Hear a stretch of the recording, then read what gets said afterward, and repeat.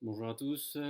Voilà, on va prendre un petit temps ensemble pour parler de la culture hip-hop, de ce qu'est la culture hip-hop. Euh, on va essayer de partir un peu du contexte social, de savoir pourquoi c'est né, où c'est né, qu'est-ce que ça veut dire, et ensuite comment ça s'est développé petit à petit. Mais surtout, on va parler du noyau dur, de ce qui a donné naissance en fait à cette culture. Donc la culture hip-hop est née dans les années 70 dans un quartier qui s'appelle le Bronx, donc à New York. Euh, Ce qui est important de dire, c'est de rappeler, c'est le contexte social à cette époque-là, dans ce quartier-là, bien précisément. C'est un endroit qui est carrément complètement délaissé aux habitants. Euh, c'est une période où il y a beaucoup de gangs. Donc les gangs, c'est des groupes de personnes qui se constituent au travers d'un signe, au travers d'un tatouage aussi, au travers de plein de signes divers. Et, euh, et du coup, les gangs, en fait, il y avait aussi beaucoup de trafic de drogue, comme c'est un quartier qui était délaissé, où parfois même la police n'y allait pas.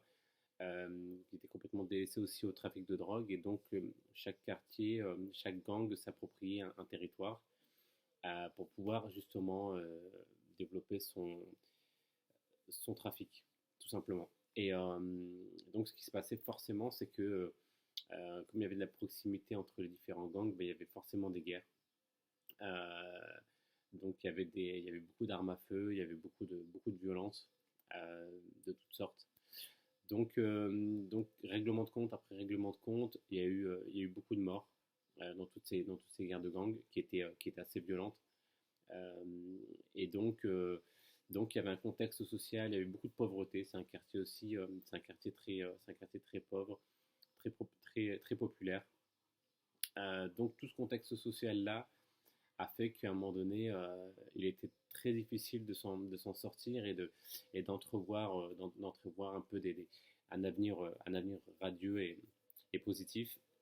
Et en fait, là-dedans, il y a un personnage qui s'appelle Afrika Bambaataa, donc c'est son pseudonyme, en fait, qui a gagné en fait un voyage en Afrique suite à un concours d'écriture. Donc il est allé en Afrique. Il a passé quelques temps à travers ce voyage pour découvrir un petit peu les différentes tribus là-bas et puis la mentalité et l'état d'esprit un petit peu des Africains. Donc, après ce voyage-là, il est revenu dans le Bronx avec une toute autre mentalité, un tout autre état d'esprit. Il faisait lui-même partie d'un gang avant ce voyage. En revenant, en fait, il a découvert en fait qu'il y a un de ses frères en fait qui a été tué justement dans ces guerres de gang. Et là, il a eu le déclic. Il s'est dit, il a pris conscience à travers ce voyage en Afrique, dans ses sources africaines, il a eu conscience que c'était pas le bon chemin, le chemin qui menait là dans ce quartier-là, et que au final personne n'allait rien y gagner, et parce que finalement chaque gang voulant se venger d'un des leurs, et ben, allait tuer un autre d'un gang et ainsi de suite, donc c'était un cercle vicieux. Et il a compris qu'il fallait absolument changer du tout au tout et proposer quelque chose de radicalement différent. Donc euh, il a eu l'idée au début, alors pas d'inventer le hip-hop, mais de créer des blocs parties. Et en fait, il s'est dit, bon, ce qu'on va essayer de faire, c'est essayer de transformer toute cette énergie négative en énergie positive artistique. Donc il s'est dit, c'est tout simple, on va descendre dans la rue, on va se brancher au poteau électrique pour envoyer de la musique, euh, et puis on va essayer de passer un moment ensemble. On va essayer de renouer du lien social et essayer de s'amuser, de retrouver du bon temps ensemble et essayer d'ouvrir aussi euh, l'artistique euh, dans, toute, dans toutes ses formes. Donc c'est ce qu'ils ont fait. Donc c'était des blocs parties. Donc ils mettaient de la musique. Donc il y avait un MC, maître des cérémonies, qui avait un micro, qui mettait l'ambiance là. Donc comme qui dit musique, dit forcément danse. Donc il y avait des danseurs qui venaient. Donc au début c'était pas la danse hip-hop qu'on connaît aujourd'hui, c'était ce qu'on appelle les top rock. C'est beaucoup les top rock. Donc c'était vraiment pour prendre du plaisir, s'amuser avec la musique. La musique aussi, la musique elle était beaucoup porté par Cool Herc à cette époque-là. C'est un DJ qui vient de Jamaïque et qui amène un petit peu tous ces samples et toute toute cette dynamique, cette énergie des musiques qu'on peut trouver dans James Brown, les musiques de James Brown, très breakbeat, etc. Euh, En parallèle aussi, dans ces blocs parties, il y avait des graffeurs donc, qui venaient pour justement graffer dans cette bloc party. Donc ils étaient plus là à graffer un peu à la sauvage dans les gares, sur les trams, sur les trains, etc. Donc ils avaient vraiment un lieu pour graffer. Euh, donc voilà, il y a eu toute cette effervescence un peu qui a pris au fur et à mesure du temps. Les blocs parties se sont répétés, ça s'est beaucoup développé comme ça. Et en fait, lui, à l'intérieur de ces blocs parties, il voulait y mettre un cadre d'un point de vue du comportement et d'un point de vue de l'état d'esprit. Lui, ce qu'il voulait, c'était vraiment rejeter tout ce qui était négatif qu'il voyait depuis de très nombreuses années dans son quartier et essayer de transformer ça comme je vous disais, en énergie positive artistique. Donc lui, pour lui, son état d'esprit, c'était tout simplement de, de rejeter toutes les violences. Donc la première règle pour lui, c'était rejet des violences, toutes les violences, que ce soit des violences verbales ou des violences physiques. Par exemple, encore aujourd'hui dans les battles, dans les grosses compétitions internationales de danse hip-hop, euh, la moindre insulte, le moindre geste déplacé, c'est tout de suite disqualification du danseur qui a, qui a manqué de respect ou qui a juste été violent à un moment donné. C'est disqualification automatique parce qu'on a encore aujourd'hui dans la danse hip-hop, dans les battles, dans les compétitions, les shows, etc., dans cette culture-là, il y a toujours cet état d'esprit d'aller vers l'autre, d'échanger, toujours dans le respect, toujours dans le respect. Ce qui nous amène au deuxième point, c'était le respect des autres. Lui, il partait du principe que pour que ça se passe bien dans la block party, il faut que tout le monde respecte tout le monde et qu'il n'y ait il y ait pas de discrimination, aucune. Donc on a dit rejet des violences, donc on est passé par le respect des autres et le rejet des discriminations. J'en parlais juste avant. Pour lui, le rejet des discriminations aussi, c'était primordial parce qu'il revient d'un voyage en Afrique et, euh, et il se rend compte qu'en fait le monde est divers. Il y a des origines différentes, notamment là dans le Bronx où il y a plein de communautés différentes. Il y a vraiment plein de communautés différentes. Vraiment dans le Bronx, c'est vraiment très très populaire. Et donc lui, comme les gangs, c'était des appartenances liées à un état d'esprit, à un tatouage, à un numéro, etc.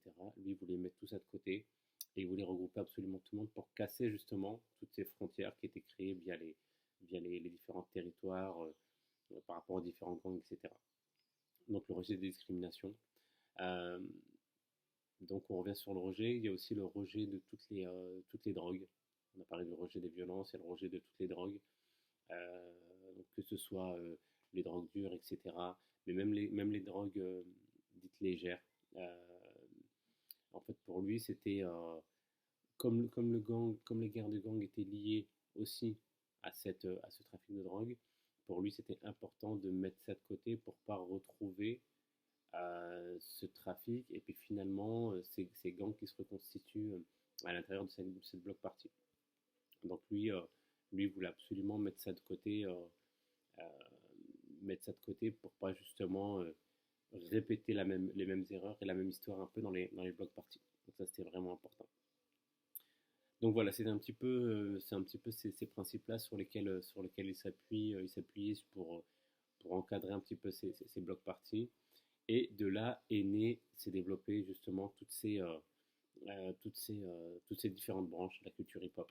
Parce que quand on parle de culture hip-hop, c'est vraiment vaste. Quand on parle de hip-hop, euh, c'est vraiment quelque chose de très très vaste et de très très divers.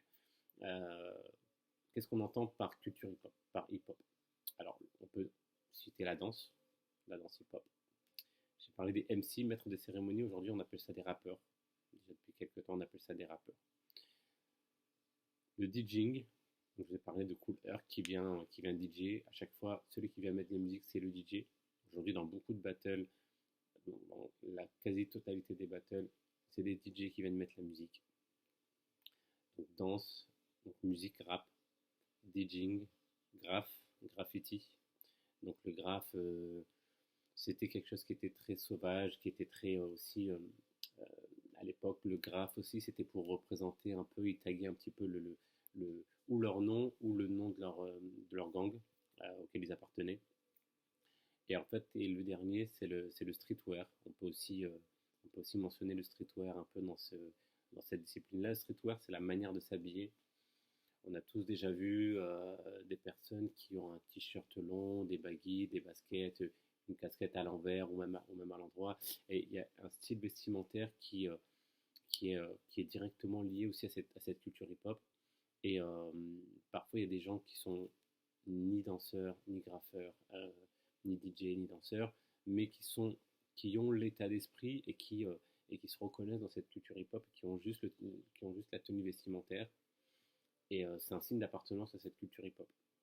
Du coup, c'est ces 5 choses qui regroupent euh, de manière générale cette culture hip-hop. Donc on a dit la danse, le rap, donc la musique, les MC, maîtres des cérémonies. Qu'est-ce qu'on a dit? Le DJing, les graphes, le graffiti et le streetwear. Donc ça, c'est ce qui constitue vraiment le tronc central un peu de cette culture hip-hop.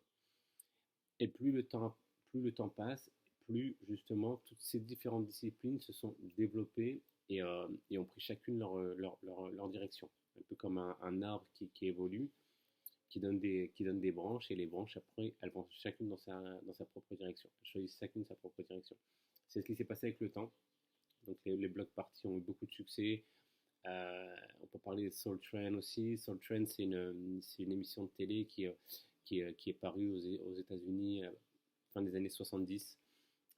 Donc qui mettait avant, en fait, c'était la période un peu disco, qui mettait avant le côté locking. Donc le locking, c'est un style très particulier de la danse hip-hop. Euh, donc ça s'est vraiment développé partout aux États-Unis, de la côte est à la côte ouest, avec des styles de danse qui vont varier un petit peu, mais toujours dans cet état d'esprit euh, de passer un moment ensemble. L'une des euh, comment dire, la chose auquel Afrika Bambaataa tenait, c'est cette citation qui disait: la danse hip-hop, c'est love, peace, unity and having fun. Donc love, amour, peace, paix, unity, unité, and having fun.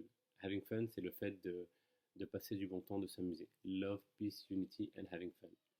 Et c'est juste ça, ça reprend ou ça résume en quelque sorte l'état d'esprit de cette culture hip-hop depuis le début jusqu'à aujourd'hui. Donc comme je le disais, chaque discipline après a pris sa direction. Maintenant, il y a que des compétitions de danse où on trouve qu'il y a des événements que danse, vraiment focalisés que sur la danse. Il y a aussi le DJing qui est là, parce que le DJing, le DJ, c'est lui qui vient mettre la musique, mais on a parfois des shows de danse où c'est juste sur bande-son.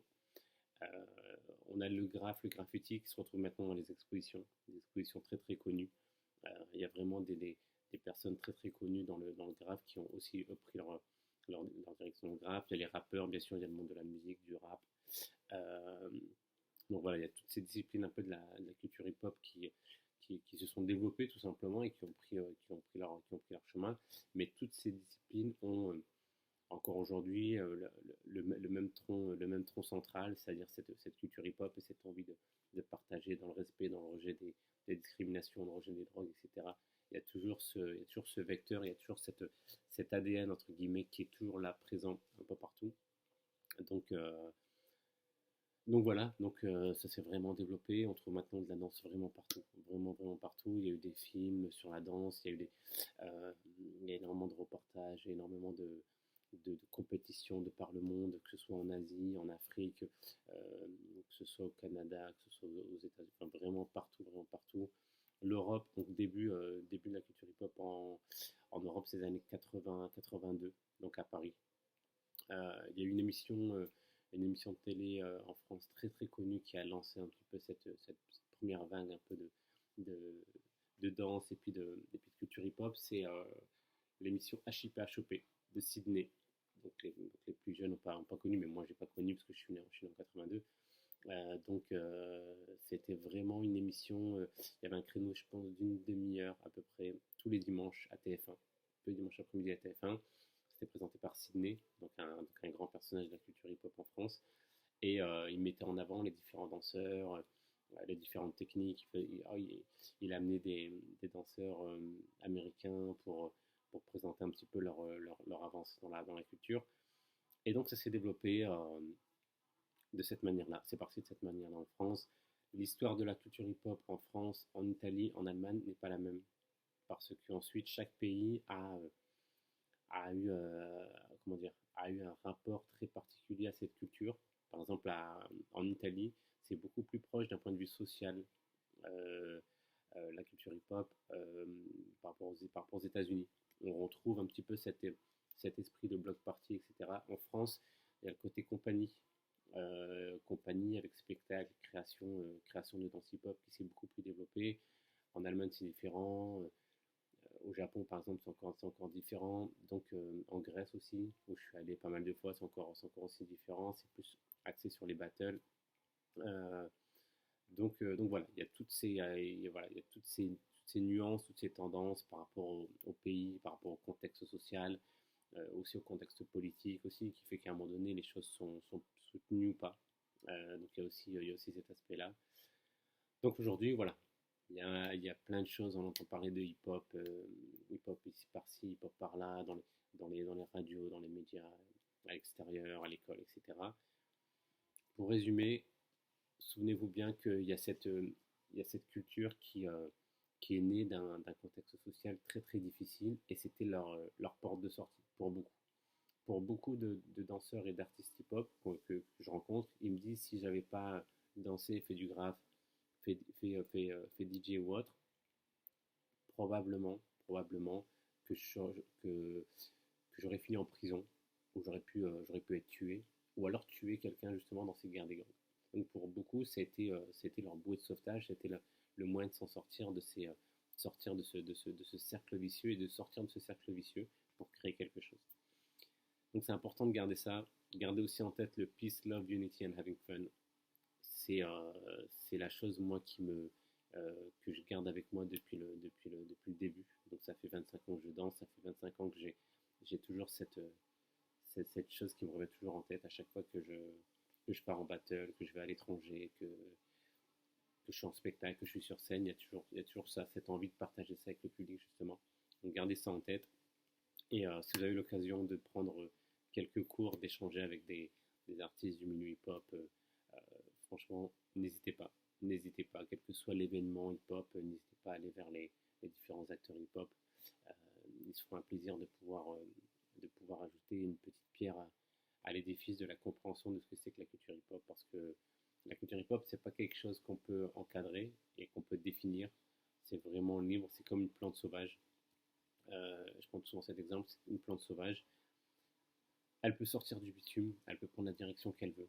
Elle est pas retenue elle n'est pas cadrée par quelque chose. Donc voilà, c'est un peu ça la culture hip-hop. Merci beaucoup d'avoir pris ce temps pour écouter cette petite vidéo. À très bientôt. Peace, love, unity and having fun.